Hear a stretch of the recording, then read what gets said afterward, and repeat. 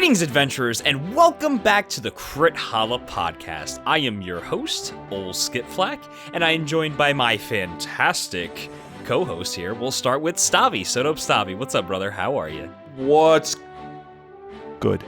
What is good? What is up? What a do, dude? What it do, dude?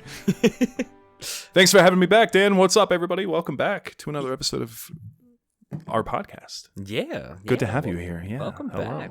Hello. Yeah, thank you. And we're also joined by our other co-host here, Cosmic Key. Mike, what's up, brother? Hey, everybody. Thanks for having me on the podcast. How's everybody doing? Yay! Yeah! Mike, let's go, Mike. Yeah. Can we get a huzzah in the chat? Yeah, huzzahs in the chat. No F's, Huzzahs. please. No F's, only huzzahs. We can get an F in the chat for the old microphone that Mike used to have. Yeah, there's a video floating around on WikiLeaks of him just beating the shit out of this microphone. Like in a dark alley with a hammer. You gotta find it. Yeah, it's crazy. I would say something, but it's true. We're off to a good start. Anyway, what's up, guys? Welcome back to another episode of DMs Discuss. Dan. Yeah, man. Hold on. Kick it off. I'm collecting myself. All right. Yeah. Welcome back to the Crithalla podcast. I hope you guys are doing great. We're back with another episode of DMs Discuss. If this is your first time here, however, first of all, welcome. We run a show on here called DMs Discuss, where every episode we discuss a specific Dungeon Master question or topic, or sometimes just a topic in general, which is what today's episode is kind of like, actually. We're doing a little bit of a pros and cons episode. Yeah. Yeah. We love controversy here at Crithalla. If there's one thing that we thrive off of, it's the controversy. We love it. It's amazing. We love it. We're like divas with dice. Yes. Yeah. Bitch. I'm eating a dice bowl divas. of controversy right now. Yeah. You should get that checked out. Nom. That WikiLeaks thing that's a big controversy. That's a huge controversy. Yeah. There's also a video of me feeding Gumbo some controversy. Oh no, don't. He's No, innocent. You leave him alone. Right? He's on a diet. Right. He's on a very strict diet.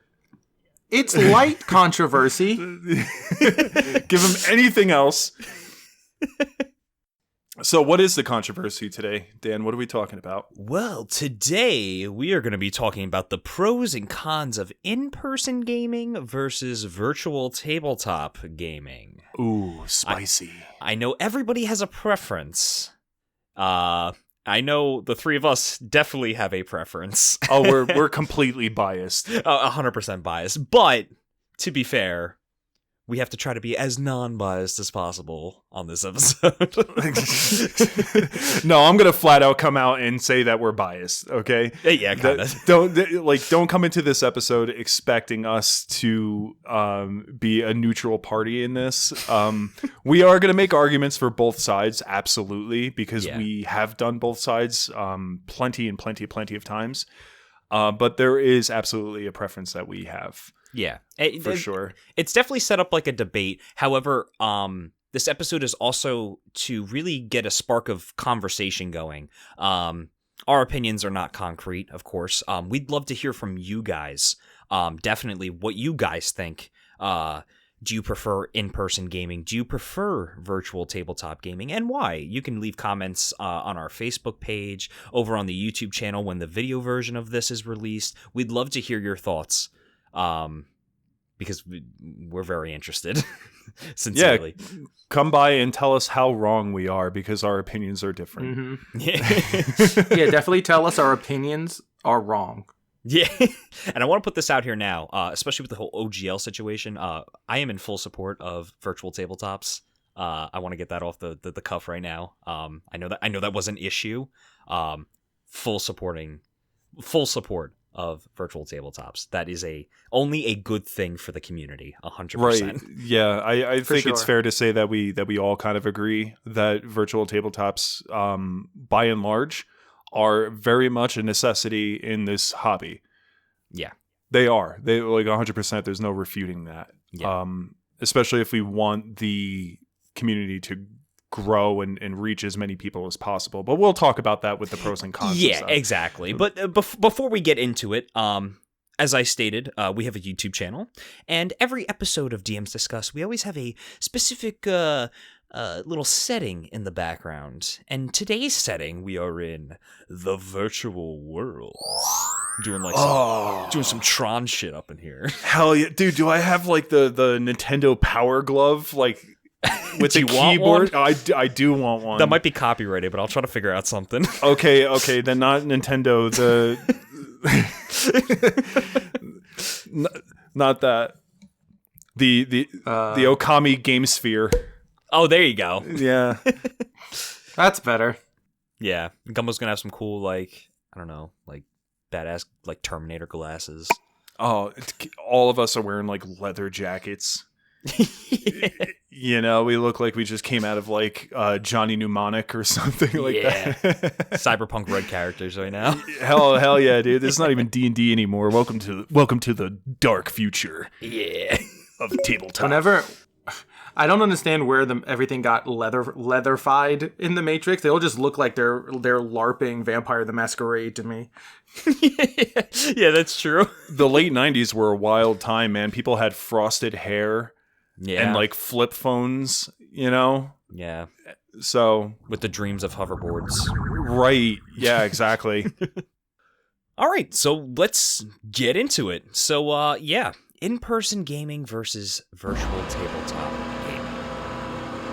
I'll play the devil's advocate. Okay. I'll argue everybody's counterpoint. Like I'll counterpoint everybody's like argument. Okay, yeah. That's kind of what I want to do. I want to be the controversy boy today. Well, you've always been really good at that anyway, so. Oh, shit, thanks, man. Yeah, I think that's a compliment. I don't know. I was about to say, should you be thanking him for that? Let me tell you why you shouldn't be thanking me. Okay, let's get into this.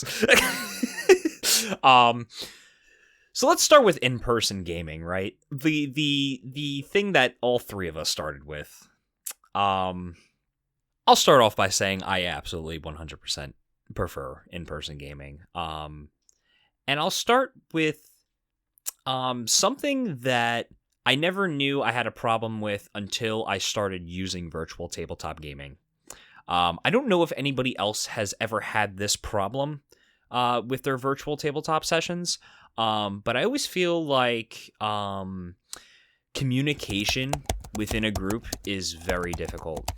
The three of us actually, we played in Stavi's game, Old School Essentials. We played an Old School Essentials campaign, and it was very interesting because playing on Discord, it was a lot of fun, and I really enjoyed it. But sometimes, like, trying to talk over people, like, obviously you don't want to talk over people, but talking over people became very difficult to understand exactly what was going on in the game. When you're at a table, right? When you're sitting at a table with a couple of people, the DM's talking, or maybe one player is talking to the DM. The other players are either strategizing or talking about what their characters are doing, or maybe they're talking about what their character is going to be doing next, or something like that. And you can't really do that in Discord. When you're all together in one channel, when the DM's talking to one character, everyone else kind of has to be silent, you know? Like, right. It's otherwise you're literally not going to be able to hear. You know what I mean? Yeah, that as a DM running that game, that was a massive issue for me. I know I said I was going to counterpoint that, and I will, but like, just to agree with you for a brief moment, it definitely is, and it creates this really difficult barrier for a DM to get not only the lore and what's happening across to the entire party when other people are talking or whatever. It also makes it just a very confusing, jumbled mess, because it gets to the point where like you don't even know really who's talking anymore. Because like as a DM, I remember that there was a situation where we were playing Keep on the Borderlands, which is advanced D&D module that works for, the basic expert rule set. Yeah. And there was a part where you guys were going to the Caves of Chaos and you were trying to figure out which cave entrance you wanted to go into. And I remember that there was a point where I was describing that there were things, like there were trees, and I was explaining like how the valley was cut and where exactly the whole entrances are in relation to where your characters were standing. And there was a moment when some of our players were discussing where they wanted to go before I even had the opportunity to explain where all the holes were. Right. And in a tabletop setting or a virtual tabletop setting, it makes it very difficult. Yeah. It makes it very difficult. And I would love to add the caller system, right? That's what it was called, right? The caller. You had a caller, right? For like gameplay mechanic wise? Yeah, the caller. Yeah. Right? There was a caller in the group. Yeah. Yeah. So for anybody not familiar with OSC, there's when you have a group of adventurers, there's usually one player that is picked to be the caller. And how that works is during combat, during everybody's turn, what's supposed to happen is all of the players go to the caller and they tell the caller what they want to do during that combat round. And everybody discusses amongst themselves and they figure out, strategize what they want to do. And then afterwards, the caller goes to the GM and says, okay, this is what we're all doing. Now, in an in-person situation, I love that because the DM goes, okay, here we go, and just slaps this big monster in the middle of the table and goes, get ready to fight. So the DM starts flipping through his book, like trying to figure out, like kind of going, ooh, yeah, what are we gonna do? And the players are like, okay, so you're gonna go in this tree, and I'm gonna come around and cast this spell while you're shooting this, and it's really cool. Like at a table setting, that makes sense, but in a virtual tabletop setting, when everybody's in the same Discord channel, right, one person is talking at a time. Yeah. So you're talking to the caller, one person at a time, but the DM is also there. So as everyone's talking one at a time, explaining their turns to the caller goes to the DM to explain everything, but the DM already heard everything. I mean, it's already done. So that whole caller system that is pretty important to the game it really is done now. Yeah. Yeah, and I do want to point out, too, like the way that we had our combat set up as per the book is we had group initiative as opposed to the optional rule of independent initiative. Yeah. So, the monsters would roll a d6, the player group would roll a d6, and then the players decided who would act when. Yeah. Exactly. So, that added another level of strategy for the players to be like what Dan was saying. Okay, in the beginning, I want you, the magic user, to go in the back and begin casting this spell. The fighters are going to move forward. They're going to block anybody from trying to get to you. And hopefully by the end of the round, your spell will go off, the way it's intended. And we'll be able to, whatever the strategy is. It's very difficult to do that on virtual tabletop. Yeah, exactly. And then even when like people's mics clip or cut out in the middle of a sentence, then they have to repeat it, and then if they cut out again, they have to repeat it. And at a certain point, I'm like, why? There are caves? I'm not sure what's going on anymore. Are you role playing in a tunnel? Yeah. So I'm going to make some counterpoints to this, though. Okay, sure. Okay, so communication is one of the first barriers for tabletop, virtual tabletop, right? Sure. One could argue that, sure, voice communication is a lot more efficient, right? But on Discord in particular, there are text groups, text chats, and you can have like a designated player role that the DM can't access and have a specific channel for the players to be on and type what they want to do. That's true. To get around that. Number two, you don't have to use Discord. There are other voice programs out there like Ventrilo and even TeamSpeak that doesn't do the voice cutout thing, and you are able to hear other people as they are talking at the same time. The thing is, especially for a lot of people who are just getting into the tabletop, I'm counterpointing myself now at this point. For people who are just getting into like the whole digital medium, people may not know how to set up TeamSpeak. People may not know how to set up Ventrilo and set up private servers for them to talk on. Discord is just the easiest platform to do it, but it does have limitations. So, and there are other programs out there that I probably have never heard of that also perform almost identically to what Discord and Ventrilo and TeamSpeak offer in terms of voice communications. That's true. Even systems like Roll20 have built-in voice communications. Although I've never used it. We've always used Discord. Neither have I. Yeah, so I don't know if it actually cuts off. If anybody knows that it does or it doesn't, let us know in the comments. And let us know like how you guys get around the limitations of virtual communication. Yeah, I'm genuinely curious about that. Right, because that is one of the biggest issues that I have with virtual tabletop. Yeah.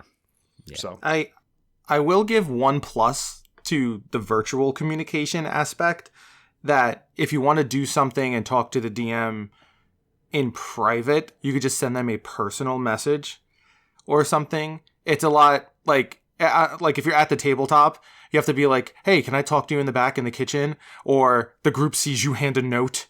You know what I mean? Or that's sees true. you texting him. So like they're like, what's going on? What's going on? Like, so that is true. That actual behind the scenes aspect, I think, is a plus for that, at least. Yeah, I do kind of like that. We used to do that. We used to have like Facebook Messenger groups, like off to the side without the DM knowing. Oh yeah, yeah. I remember that. And I would also argue that it's easier to type out messages than it is to write it out with pen and ink. Back when I used to do message board, like role playing back in the 90s, you just hop on AIM and toss the DM an instant message. Yeah, and you're like, I'm searching them while they're sleeping. No one needs to know. No one needs to know. So, Mike, do you have an opinion on either or, in person or virtual tabletop? Well, I have the same bias as everyone here. But of course, yes. But I would say, if it wasn't, I give virtual role playing this credit, and it's a big credit. If it wasn't for that, people really wouldn't have been playing during the pandemic. They wouldn't have been. Like, at least with this, role players were able to stay connected and still play, still continue their campaigns. There wasn't like a year and a half gap between you go to sleep and now you're at the town. It's like, that was a year ago. Like, so there wasn't that disconnect. And at least even now, if there's no one in your area, sometimes people are not fortunate enough to have people in a close vicinity to play. Yeah. Or so the fact that you could put out an all points bulletin and on a message board and get people all around the world and want to play. And then if you don't really feel like playing with them anymore because they're disruptive or, racist or just horrible or something, you'd be like, okay, I'm not playing with that person anymore. You never have to see their little box on your screen again. Yeah, that's true. Yeah, definitely during the pandemic, that was the way. If you wanted to play D&D, that was the way to do it. I played a Discord Theater of the Mind game for about 6 months during the pandemic because I was dying for anything role-playing. And we ended up doing a 6-month little campaign session and I loved it because it was what we could do. And we figured out some little ways to make rolls and stuff, and it worked out. And I am very thankful for that game, honestly, because I was losing my mind being able to play D&D, honestly.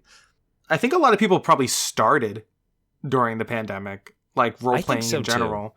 Because they had nothing else to do. You could only, drink that much wine and knit. You'd be like, I kind of want to do something interactive. I've seen all these movies. No new movies were being made. What's true. This role playing?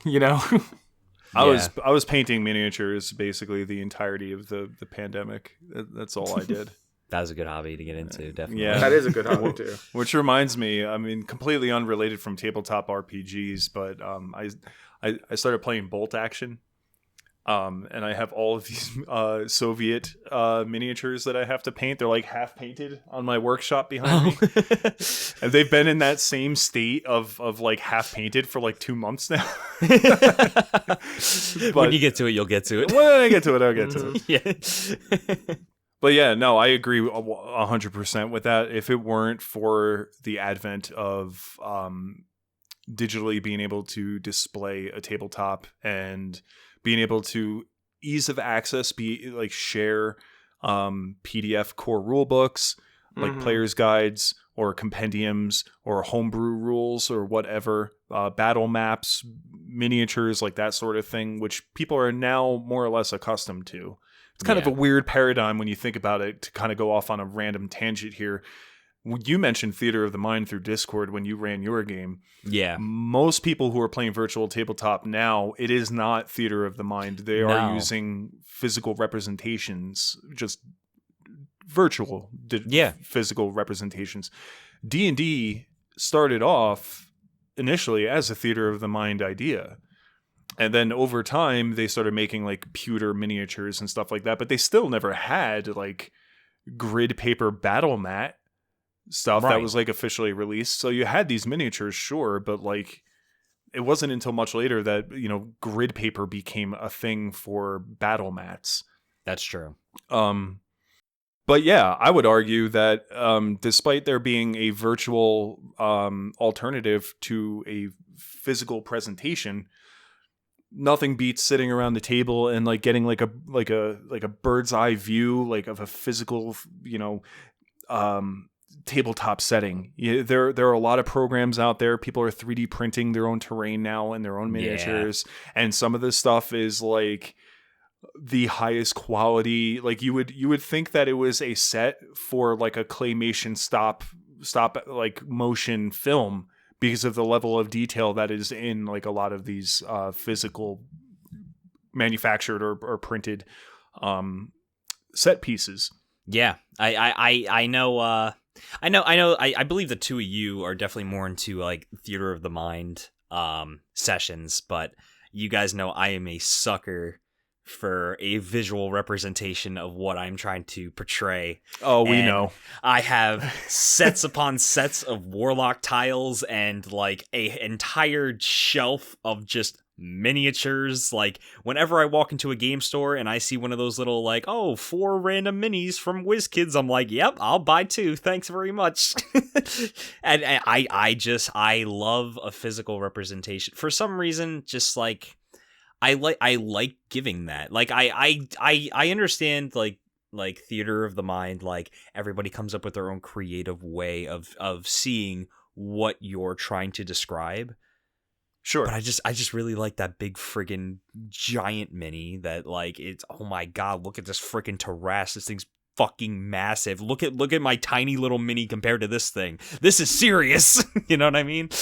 Yeah, like especially when you slap down, like if you have like a gnome artificer that's like this tiny, you know, and then and then you get like one of those oh god, what the hell are those really large creatures with the tentacles and the beak? But I've seen the physical mini of that thing, and it takes up a kraken? Not a kraken. I don't think it's a kraken. Oh, but it takes up 9 squares. Like the base is a 9 square base. Oh, geez. It's huge. You know how like a player model will only be like 1 square circle? Yeah. This thing takes up 9, like a keypad. God damn. You know, and to slap that thing on the table and be like, okay, you've awakened this thing comes crawling out of the darkness, and you slap it on the table, and the player's like, oh no. Shit, dude. Did you ever see the Tiamat mini? Oh my god. It's not even a mini. No, it's not. It's not. It's a statue. Yeah, that's a statue. I mean, so here's something that we did, Dan, when we first started playing D&D. I don't know if you remember. I think Eddie, our buddy Eddie, still has it. But I had the Skyrim Collector's Edition. And in the Collector's Edition, it came with this massive statue of Alduin, who is the main bad dragon in the story of Elder Scrolls Skyrim, and he's sitting on like this wall with like the dragon tongue etched into it, and we used that, I think, as a mini at one point, but it was like huge. It was like putting like a thimble next to like a table lamp. Yeah. You know, that's true. It doesn't compare. It doesn't compare, but to have like that shock and awe and detail that you could like go up to and touch and like look and see the paint and the gradient of the colors and like all that stuff, nothing beats that, man. Yeah. No, that's definitely true. However, when Mike describes things, I'll tell you what, Mike is an amazing DM. Just quick sidetrack, sorry. Mike is an amazing I'm DM. willing to go down this sidetrack. Continue. The way he fucking describes things sometimes, it's just like, I imagine it and I'm like, you are a sick individual. Like, there is things like he just came up with a mimic ship recently. We're playing Spelljammer right now. And he came up with a mimic ship, and the innards of the mimic ship, how he described it, I was like, no mini could ever amount to the horror that I am imagining inside of my head right now. That was really cool. I'd have to just throw like a raw steak on the table. Yeah. And be like, you're in this, and just cut it open. Just go to like Wegmans or ShopRite or something, and then just get like ground beef and slap it on the battle mat, you know? It's like, why is he handing out plastic gloves? I'm like, oh, you're going to see. Are you guys familiar with the comedian Gallagher? Yeah. But to go back to the main topic, I like how you said not only the pandemic, but ease of availability for your buddies that are not near you. I know for a fact that on our other show, Talking Tabletop, whatever game that wins one of the seasons, Stavi lives in a different state from us. So a completely different state, like way far away. Like there's no way we're getting together to run a one-shot of whatever game wins. So thank God for virtual tabletops. Yeah. Because we wouldn't even be able to give that kind of content out. No, 100%. 100%. Like I genuinely do miss being able to sit down and play games with you guys like we used to. But again, this facilitates the need for it. Yeah. And if it wasn't there, if it wasn't available, not only would we not be able to do it and provide the content, but then like out here where I live, I'm not going to really say where, but like it's very difficult to find groups to play a tabletop game. I don't remember the last time I played a role-playing game. I think it was when we were running the OSC game. Yeah. Which at this point was months ago now. Yeah. So like I personally have been itching to play something. It's necessary for sure. Yeah, definitely. It's like it's a necessary evil when you don't have any other options. Do you see the bias? And that, ladies and gentlemen, is bias. All right, Stavi. Do you have a good topic between in-person and virtual tabletop? Yeah, the one thing that I will say that definitely benefits virtual tabletop over physical tabletop is the overhead, like how much it actually costs players and DMs to run a tabletop session or a campaign, right? Because just across the board, buying PDFs from the publishers is more often than not more cheaper than buying the physical books, and you can share those books instantaneously. You can share those PDFs instantaneously across your entire group. Yeah. Very easily without having to buy a physical book and then pass it out to everybody. Everybody can sort of get their own copy from a single PDF. That's true. Which, I mean, that's useful for me because as a DM, like buying... So as a DM, more often than not, I think even Wizards said 80% of like all purchases is done by the dungeon master.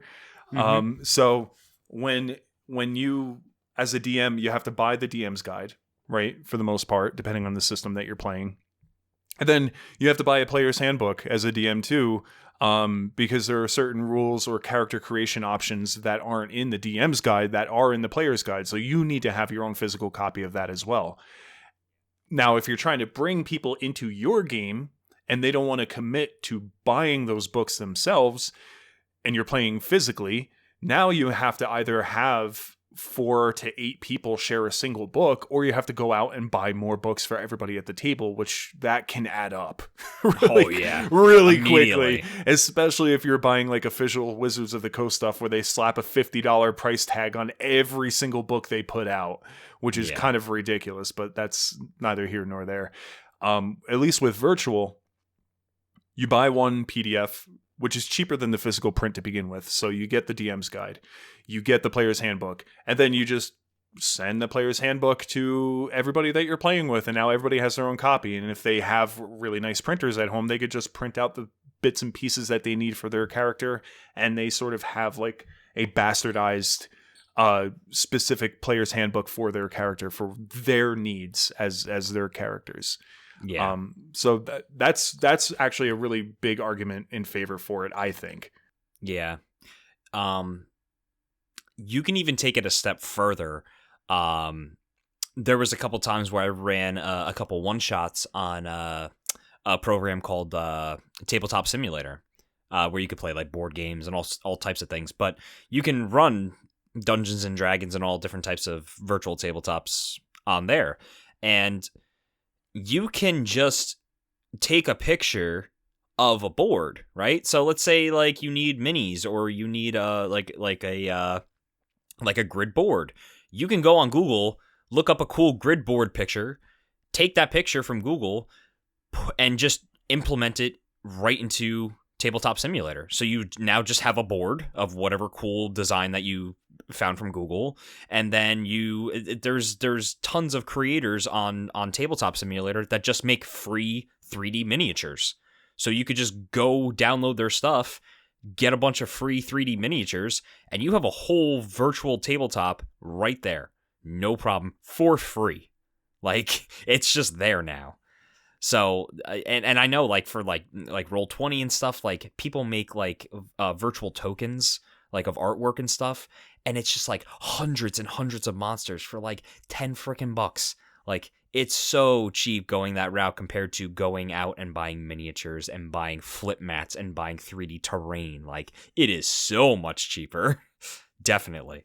Yeah, definitely, with the inclusion of terrain pieces and like scatter terrain and flip mats. And I mean, just compare a very generic box set of like Dwarven Forge, which arguably is really high quality 3D, so good 3D terrain. Like, it is genuinely really high quality. If but I it's had like the money.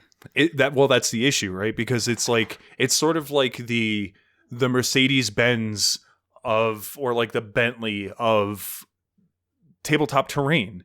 Like, it's all 3D printed stuff with resin, and there's a massive price tag on it.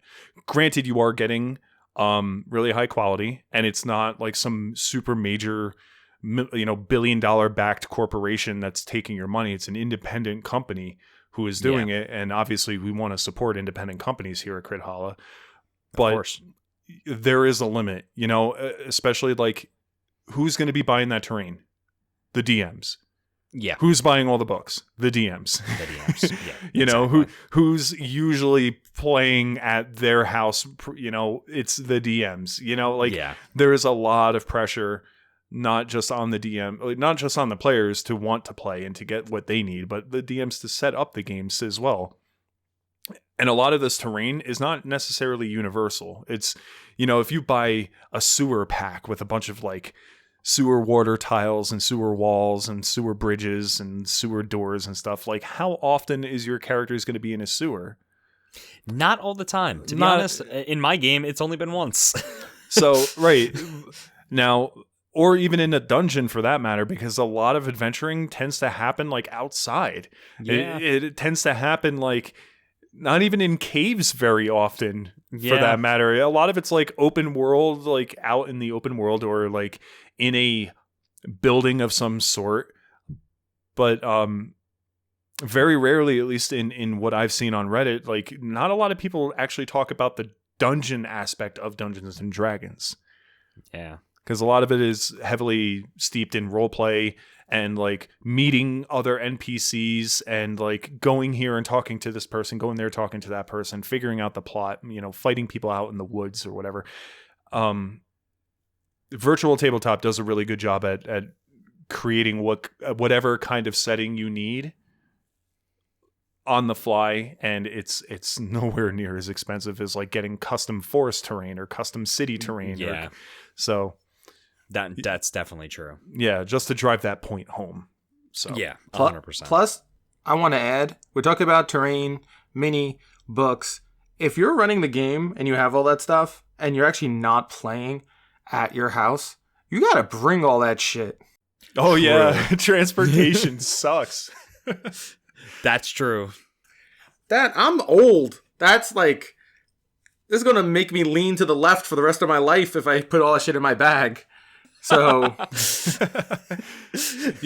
funny you mentioned that, because the first time I ever played Dungeons and Dragons, I went to a local game store where they had D&D night where you could just go there. They had a DM and you would just sign up and join a random game. When I went, the DM who was running the game, he must have been, I don't know, in his like 50s at least. And he carried with him, I mean, he was a bigger dude. He was an older dude, gray hairs, all that stuff. But he had one of those, like the Home Depot wood trolley pallet things. Yeah. Do you know what I'm talking about? Where it's like you hold it and then you roll it on wheels. And it's like this big metal thing with like the bars that come up to hold like the 2x4s and the plywood. Right. He had like a slightly smaller version of that was made out of some kind of chrome or some kind of like shiny metal or brushed aluminum. And it was like bungee corded with crates. And that was like his miniatures, his terrain, oh my God. Dude, yeah, that was my first experience. I was like, do I have to fucking do that if I become a DM? I don't want to do this, man. You don't have to do that, but you should invest in a donkey. Yeah. You do need a mule. And Yeah. You need a mule. You definitely need a mule. All that coin carry weight, dude. You think of how many miniatures you could bring. True. Just walk into a game store with a donkey, just leading a mule into the game store. But no, that's transportation is a very real thing. Like space. Oh yeah. Space exists, and it gets consumed by large objects. Oh yeah. Virtually, the only space. Know. Yeah, right. Can we just throw that star and that rainbow across the sea? Yeah, no, I hated transporting my shit. I still hate doing that. I'm glad I don't have to do that. Yeah, and then what sucks is that whenever there's a new edition or the group wants to play a new game, that's all new stuff. And especially with D&D, every new edition had new stuff of the same stuff you had. So it's a new players, new monsters, new DMG, new manual of the planes, new this, new that. And it's just the same stuff. And it's all the same stuff, but there's so much different things because it's a new edition. It's a new edition. Shit, I need it. Damn it. Again. Yeah, and books are heavy. Yes. Books are heavy. I have, the last time I carried around like a satchel or like a backpack filled with books was like when I was still in school. And to do it now in my old man age, my ripe old boomer age, like it brings me back. It brings me back. It brings me back to like the days of like when the most metal kid in your class like listened to Disturbed and Marilyn Manson. Yeah, dude, I fucking love Slipknot, dude. Like that's how I feel carrying around like a backpack full of books.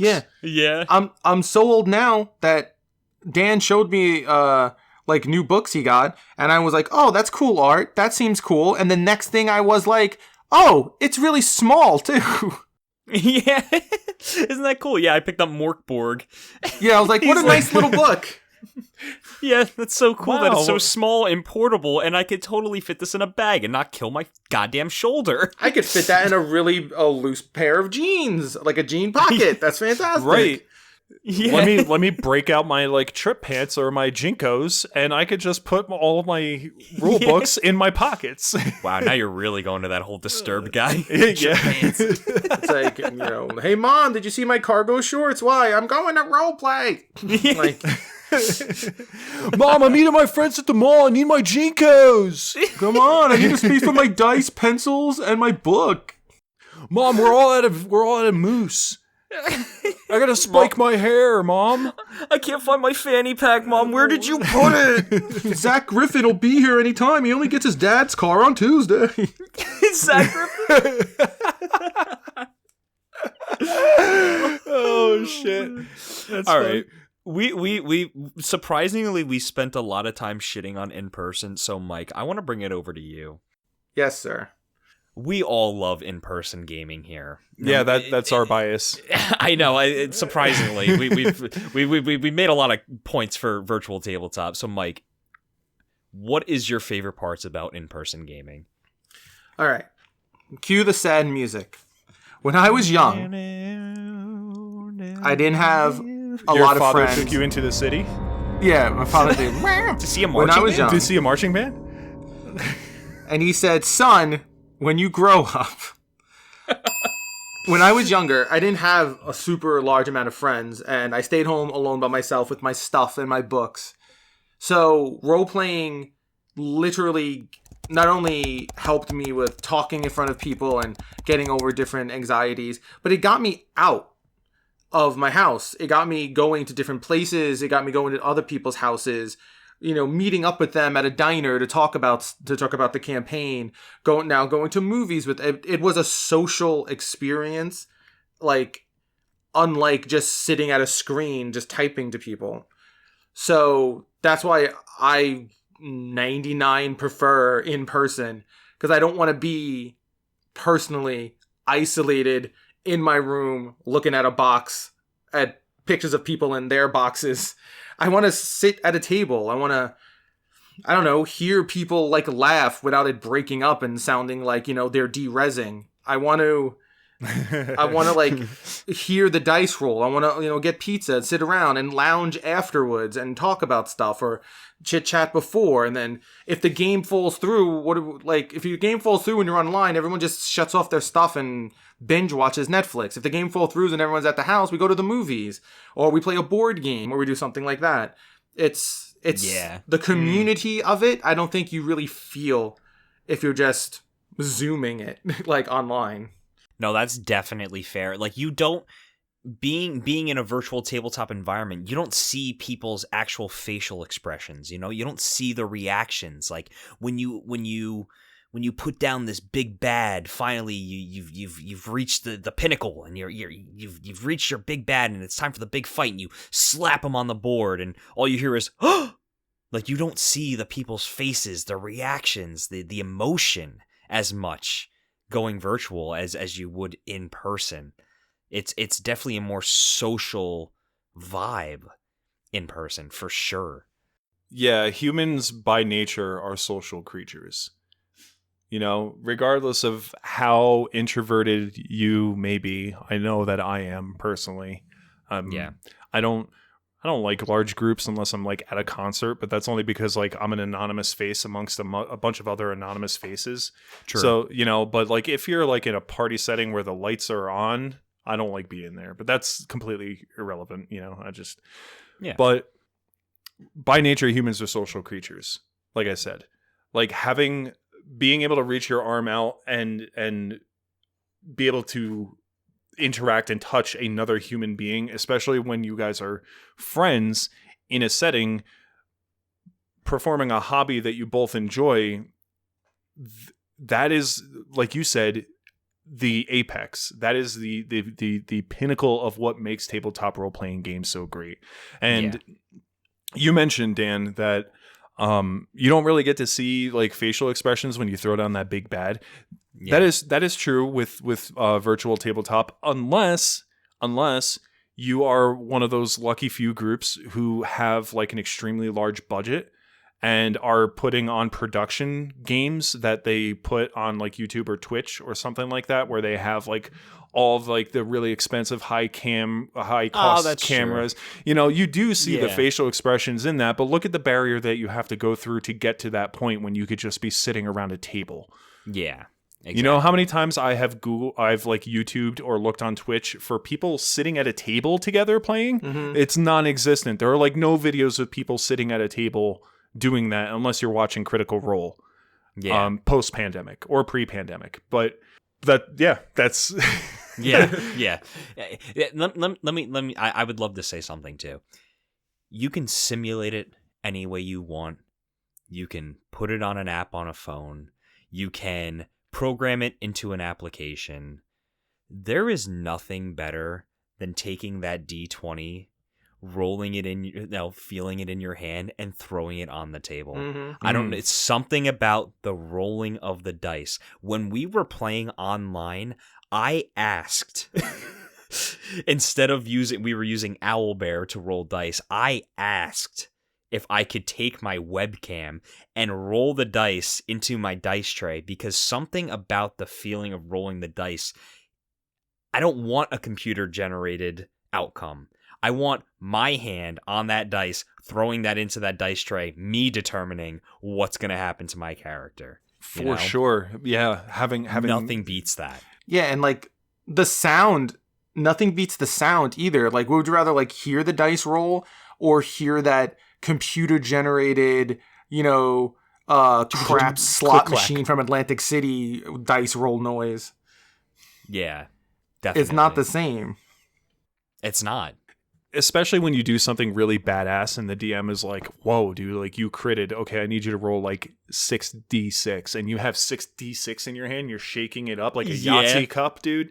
Like that tactile feel of like, oh, this is going to be huge. Yeah. Like that sensation is not as elevated in a virtual environment by any means, because the entire party will shut the hell up and like wait for that roll. Yeah. They will sit and hover over your dice tray or over the table, the play space, and wait for that outcome. Yeah. How exciting that is. Right. Exactly. Like what happened with us in the game that I ran, the first game that I ran with you, Chris, Eddie, with the Griffin. Oh, with the magical birdcage thing that would spawn a random creature, and he had to roll a percentile, and it was 2d10. He had to roll 100 to get a griffin, and we were all sitting there watching him as he's shaking up these 2d10, and sure enough, the d10 there, everybody flipped backwards in their chair. They were like, "I can't believe this!" Yeah, it's like the most amazing thing. And you know what you can do after that? You can actually high five each other. Yeah, because you're right next to each other. You can high five them. Great job, Yeah, and like clink beers together or something. Yeah, exactly. And like in the front of like role playing books, every role playing book has all you need is like a pencil, some dice, and some paper and imagination, and then you could do it with your friends. Like have this community, and it's everyone's welcome. But now it's like if it's just online, it's that with addition to a gaming computer plus a stable internet connection, a good mic, a good camera. People are more inclined to have a piece of paper and a pencil and some dice than the rest. And it's not as, I don't know, it's not as community as it should be. That's why even people who do this professionally, like play online or YouTube professionally or Twitch, the second they were able to be in person again, they all commented on it. Because it did not feel the same, like everyone in their respective houses or in a hotel or on a trip. It just doesn't feel the same. Yeah, exactly. Yeah, and all the money that you would spend on like a gaming PC, a good camera, a good microphone, the internet connection, you could use all that money that all of your party, right? DMs and all the players that they each individually have to pay for these items to play virtually. Yeah. Pull all that money that they would have spent together and then just buy really good tabletop terrain. Yeah, that would literally balance that out. Like, why should you go out and spend like $1,600 plus on like a really good gaming rig? Or like anywhere from like $90 all the way up to possibly thousands for like a really good camera, or even hundreds, like $300 to $500, maybe more, for a really good microphone or headset, or, you know, whatever other peripherals you need to make it not only as immersive as possible in a virtual environment, but like quality enough to where people can actually enjoy the session. Exactly. Or pool all the money together and buy the books. Listen, I know a lot of people like PDFs and stuff, and I like PDFs too. They're easy, they're simple. You pull it up on a tablet, it's all good to go. I don't care. Listen, tabletop role playing, it's my hobby. It's what I like to do, and I think we all can agree on that here on the podcast. It's one of the things we love to do. So when you have a hobby that you love to do, you like to spend money on it. I love having a physical book in front of me, turning the pages, seeing the artwork in front of me over just on a screen. Like, after it's done, putting it on the shelf, seeing it as I pass by throughout the day. Like, I love having the physical books. I would rather spend more money having the hardcover book in front of me at the table than just spending $10 on a PDF. I don't know. That may not be for everybody. I know it's not for everybody, and I get that, but I love physical books. I've always been into that. Just like physical copies of video games, same thing. I've just always been that way. Always. There is a compromise with that, though, because a lot of third-party developers and publishers for tabletop RPGs nowadays, when you buy a physical book, more often than not, they'll just give you the PDF for free. Mm-hmm. True. So what you can do is you buy the physical book, so that way you can play it at the table with friends. And let's say you have like a tablet, like an iPad or whatever, and you have the PDF saved on there. That would be a good tool if you need to like Control F and then like look up a particular rule. You can search the entire PDF by keywords. That is a lot easier than flipping through a book and doing it. But for the most part, I agree with you. Having the paper in your hands and doing the character creation page by page. Mm-hmm. Yeah. You know, and yeah, nothing beats that. For me, PDFs are just in case. Like if I forget a book, or it's an impromptu, like when you guys were like, oh, let's not play. And I was like, I can run something. I was able to run stuff because I had PDFs on me, like in my phone or in my tablet. Like, they're just in cases for me. They're not my go-to. I'd rather have the book. But that's why I have a dice roller on my phone. I don't like using it.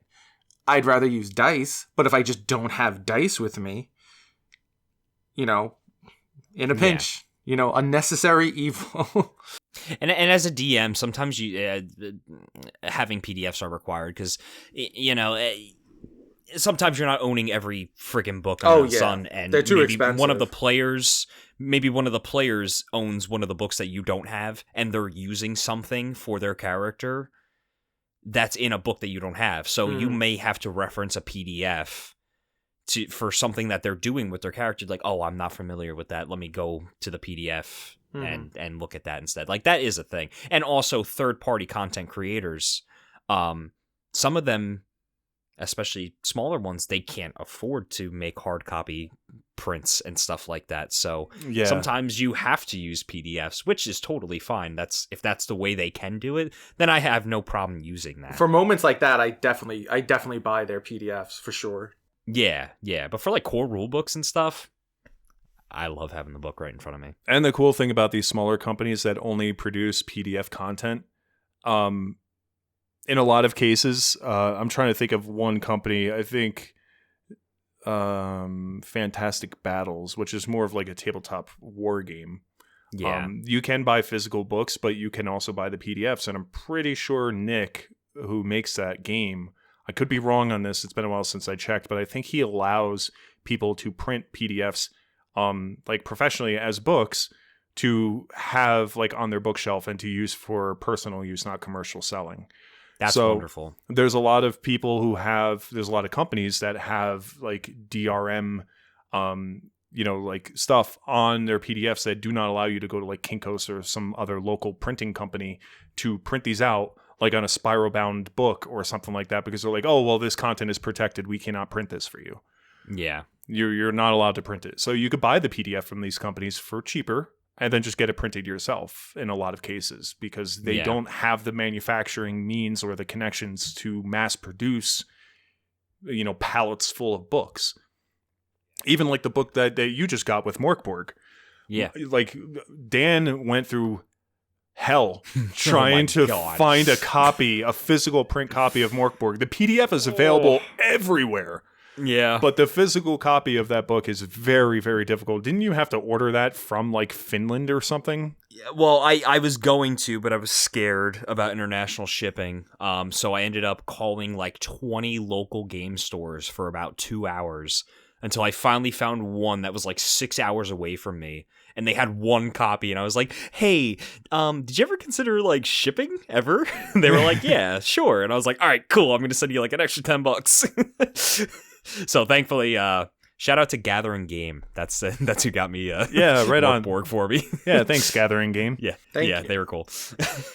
But yeah, so there are alternatives, but I think it's pretty obvious to see that like this group in particular absolutely favors in person.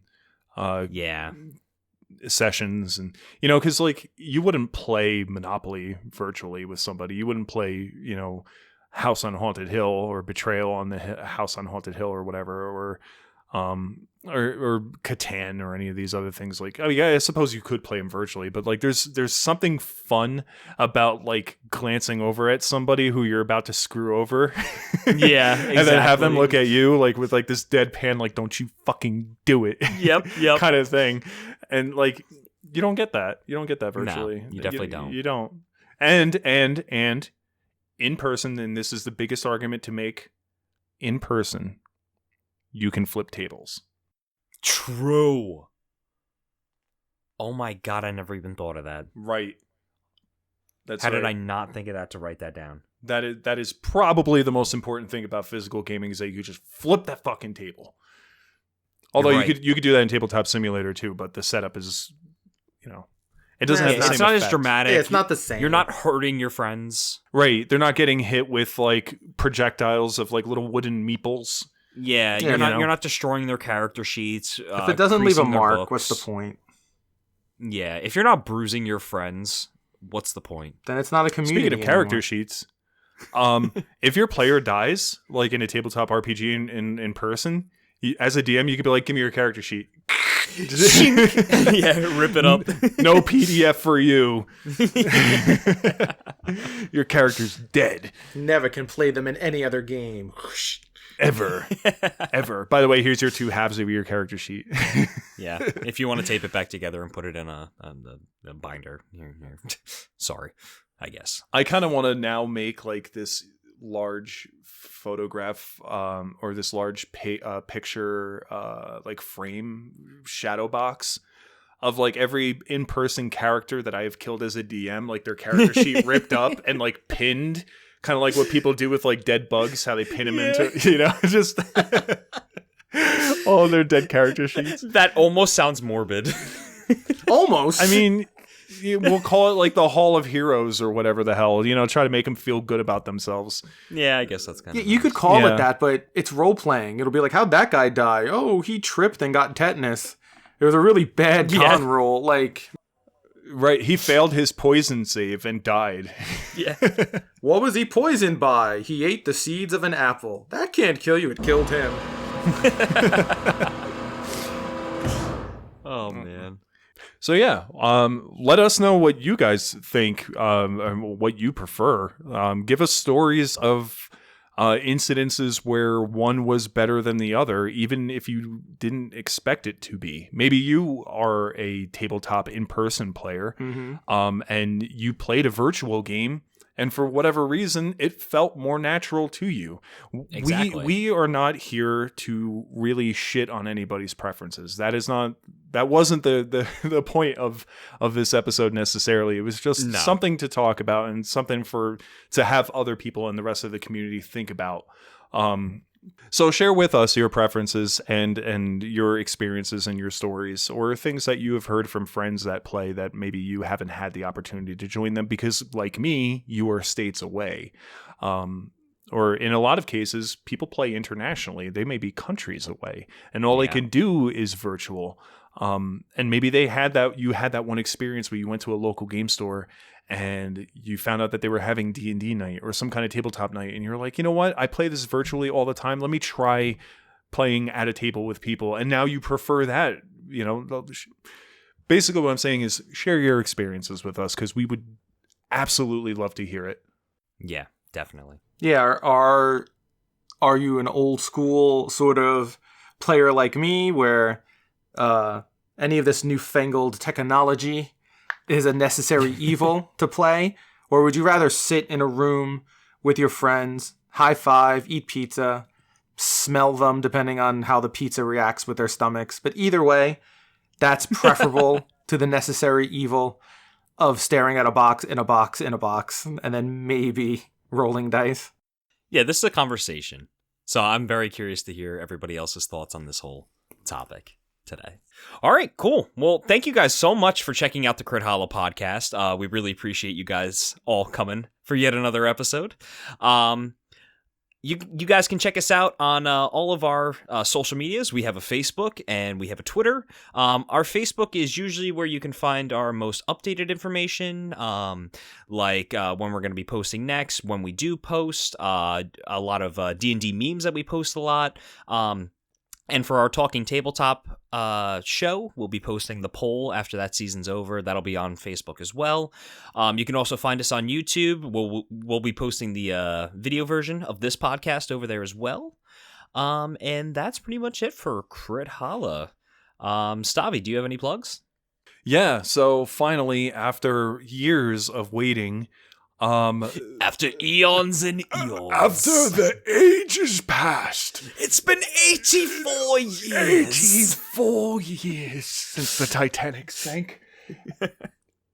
But in all seriousness, finally my Kickstarters have come in, guys. The Avatar: The Last Airbender tabletop RPG by Magpie Games. Damn it! I finally remembered it this time. Man, Mike was so excited. I had my notes ready. I was like, I'm gonna say it. Oh man! Every single episode, I forget that it's Magpie Games. But the guys who made Root. Yeah, the guys who made Root. I was literally, the second you were like, my average, I was going to just yell Magpie. Magpie! Magpie!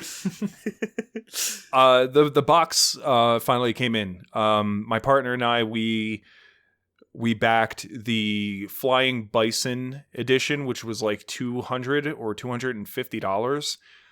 It was a big spend, but it comes with a lot of really cool stuff. I didn't unwrap any of the plastic, but I did look inside the cardboard box. I did look at like the core rule book and the Wan Shi Tong adventure books, and man, the dice look really cool too. Like they're made out of this material. I can't explain it. It is one of the highest quality tabletop RPG products that I think I have ever seen.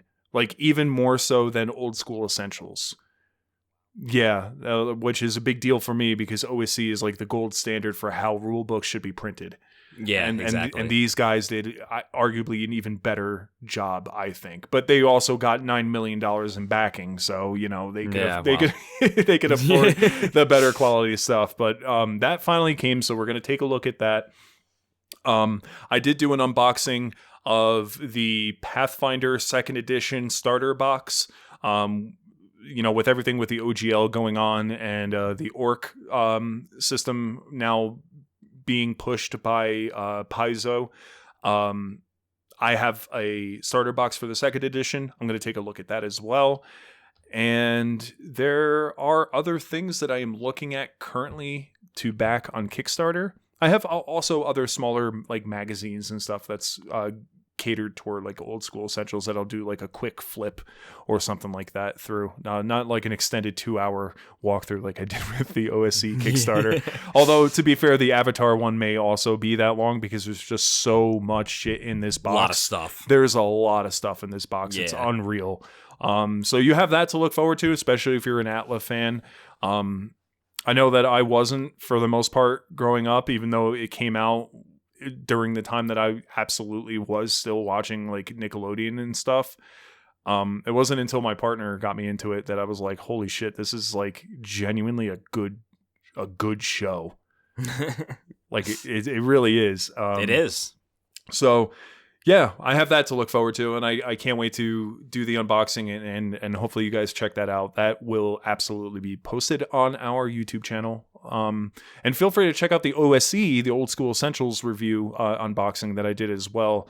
That video actually did pretty well, surprisingly. And I just hope that you guys really enjoy the content, and I hope that whatever we produce gives you guys more of an insight into what other systems are available out there, so that way you don't just feel trapped with one system. Exactly. Yeah. That's why we started a new show called Talking Tabletop, so that way we can provide you guys with alternatives to just a typical 5th edition D20 system, because there are many, many, many awesome, interesting, unique, beautiful games out there. And you should check all of them out if you can. Absolutely. Great. Mike. Goodbye. No. Don't you go walking away. You better have a plug for me, boy. All right. Well, I've been, now that my voice doesn't sound like I'm trying to contact help in a bunker somewhere in Norway, True. I'm going to start putting out some Gabbin' with Gumbo, where nice. I plan on telling Gumbo some stories. Probably things from different worlds in my head, and other little things from different settings and stuff that I have going on up here. Just, sometimes he can't sleep. I still plan on doing, I want to do not really long form, but short form little snippets of adding horror into your games, how to add more horror elements to monsters without making them overtly just actually making them, if a player's not saying, if I have nightmares, this is your fault, then you're not doing it right. True. And just being a proud member of the world famous Crithalla podcast. That's pretty much what I got so far. We're all famous, baby. Yep. That's what it's all about. Burr, burr, burr, burr.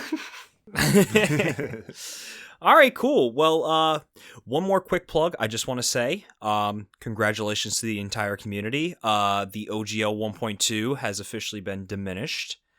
High claps up for everybody. Yep, congratulations. Was it 1.2 or 1.1? With the whole 1.1, 1.2 situation. Oh, right.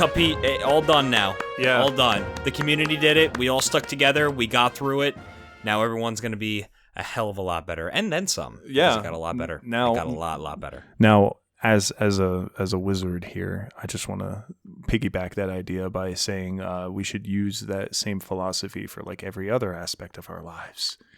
Yes. Band together. Thank you guys so much for checking out the Crithalla podcast. My name is Ol Skiflack, and we will see you in the next one. Bye-bye. Goodbye. Bye. Bye. Bye. Boy. Goodbye. Wait, where are we going next? Adventure. Okay. To adventure.